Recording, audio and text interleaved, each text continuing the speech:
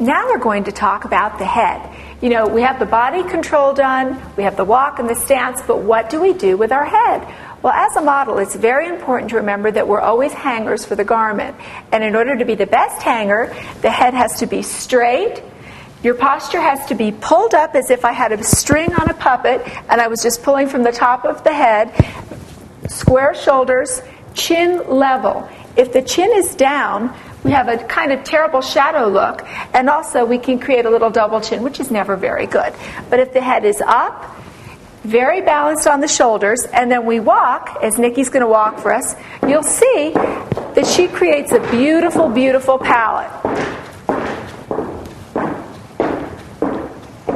Now, at the end of the runway, Nikki's going to gaze, and she gazes straight forward. As a runway model, we don't really like to pick people out of the audience. And we kind of have just a basic look. We're not smiling, we're not aggravated. We're just kind of there, enjoying the moment.